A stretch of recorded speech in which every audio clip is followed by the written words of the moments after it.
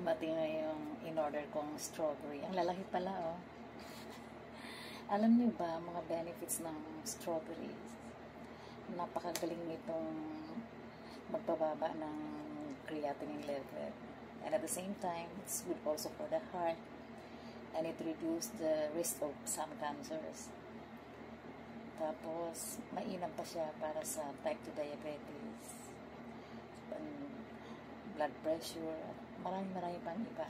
Tara na, kain tayo.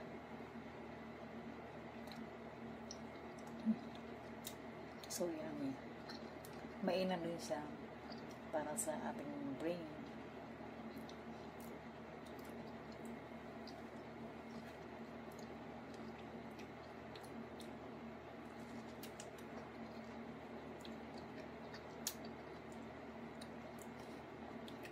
Sarap talaga.